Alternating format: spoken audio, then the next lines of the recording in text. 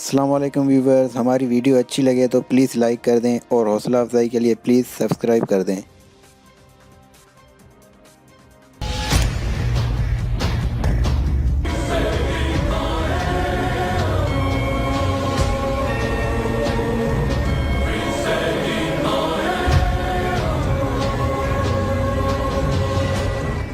सखर शहर तबाही ऐं बर्बादी किनारे ते पहुतल आहे। शहर जे मुख़्तलिफ़ इलाइक़नि जा रोड रस्ता ज़बू नाली जो शिकार आहिनि। रोड खातो पारां तामीर थींदड़ नवां रोड जेके सालनि ताईं मिटी ऐं पथरनि जो ढेर बणियल रहण खां पोइ उन्हनि खे ख़राब घटि रेशे वारे डांबर सां कारपेट कयो पियो वञे, जेको चंद महीननि में टुटी उखड़ी पुराणी हालत में अची वञे थो। अवाम पहिरियां बि अज़ाब में मुब्तला ऐं रोड ठहण खां पोइ बि बिटे अवाब में मुब्तला रहे थी। सिटी जा रोड ख़राब ऐं भॻल टुटल हुजण सां गॾु ड्रेनेज जे गटरनि जा ढकण न हुजण ऐं उन्हनि जा हॉल ज़बून हाली जे करे रक्षा, मोटरसाइकिल, ट्रकूं हर रोज़ हादसनि जो शिकार थियण लॻा। सखर जो mayor, deputy mayor, MNA, MP, commissioner, deputy commissioner, road खातो जा इंजीनियर सभु अंधा बोड़ा ऐं गुंगा भरण नज़र अचनि पिया। सखर शहर जे सियासी ऐं समाजी शख़्सियतुनि जो चवणु आहे त तरक़ियाती स्कीमूं हिते सखर जे अंदरि जेतिरी बि पहिरीं ॻाल्हि त तमामु थोरी हलनि थियूं, जेकी खातनि में पास थियनि थियूं उनजे मुताबिक़ हलनि कोन थियूं, ऐं जेके हलाइनि था उहो शुरू करनि था अधु विच में कमु छॾे करे पंहिंजा पैसा कढाए करे उन स्कीमनि खे उते रोके छॾनि था। कमु सॼो मतिलबु अधु विच में रहिजी थो वञे। घटि में घटि डक रोड जो कमु हुयो जेके अॼाए मतिलबु कंप्लीट हाणे वञी करे थियो आहे। 6-8 महीने ताईं शहर जे मेन विच डक रोड या ॿी जायुनि जो जिते बि कमु हले थो उन्हनि खे एतिरो टाइम कढे छॾनि था कि माण्हू आवाम उतो जो या शहरी जेके इलाइक़ा मकीन आहिनि एॾा परेशान हूंदा आहिनि कि जंहिंजो चवण जी ॻाल्हि न आहे। एतिरो मतिलबु माण्हुनि खे बेदार करे छॾींदा आहिनि कि माण्हू चवंदा उनखां असां नई स्कीमनि खां बहितर आहे उहो पुराणी स्कीमूं हुयूं जेके ईअं पुराणा रोड रस्ता हुया उहो बहितर आहिनि। छाजे करे कि हिकिड़ो त कमु थिए कोन थो ऐं जेके थिए थो, ऐं ॿियो हिन में इहा आहे कि जिते अगरि थोरो घणो कमु हले बि थो हुनजो मटीरियल तमामु नाक़िस आहे।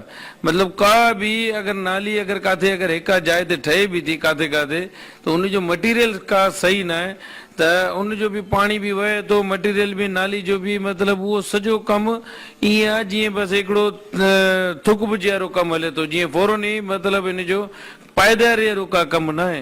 ऐं किथे बि कमु इहो नथो ॾिसण में अचे कि का सुठो कमु हिकिड़ो मयारी कमु हुजे या जेके हिकिड़ो सुठे ठेकेदारनि से सुठे हुन में कराइनि। पंहिंजे घर जे ठेकेदारनि खे हिननि कमु ॾेई करे हे कमु कराइनि था, तंहिंजे करे इहे सभु कमु मतिलबु ईअं दुखी वारो ऐं सफ़ा ख़राबु कमु हले थो। सखर में गुज़िरियल 10 सालनि में त न हुजण जे बराबरि कम थिया आहिनि ऐं उनजी जेको बेसिकली नाक़िस मटीरियल इस्तेमालु कयो वियो आहे ऐं सियासी जेके कामोरा आहिनि उहे सिर्फ़ु पंहिंजे पेट भरण जे लाइ कमु करे रहिया आहिनि ऐं सियासी भुतारनि खे राज़ी करण लाइ कमु करे रहिया आहिनि। सिर्फ़ु कागज़ी कार्रवाई थिए पई ऐं कमु प्रॉपर कान पियो थिए। कमु अगरि किथे थिए पियो त उनजो मटीरियल नाक़िस इस्तेमालु थिए थो जेको जंहिंजी लाइफ तमामु घटि आहे। तव्हां ॾिसंदव डिटेल कढाईंदव सखर जे हवाले सां त सखर जी बजट तमामु घणी बजट आहे, पर तव्हां एक्चुअली ॾिसंदव त उते कमु बिल्कुलु नाहे थियो। ऐं रोडनि जो जेको कमु थिए पियो उन में पथर विछाइनि पिया, उन खां पोइ 2-2 साल स्कीम हलनि पियूं, फंड्स पाण खणी पिया वञनि, इन तरीक़े सां कमु हलनि पिया। सखर जे शहरनि सियासी ऐं समाजी शख़्सियतुनि जो चवणु आहे त भॻल टुटल रोडनि ऐं खुलियल गटरनि करे आम शहरनि जूं ज़िंदगियूं दाव ते लॻण सां गॾु उन्हनि खे माली नुक़सान पिणु बर्दाश्त करणो पवे थो। सखर जा एमएनए, एमपीएस ऐं ॿी इंतिज़ामिया ॿुधाए त सखर जी मालिकी केरु करे रहियो आहे ऐं सखर खे तबाह थियण खां केरु बचाईंदो।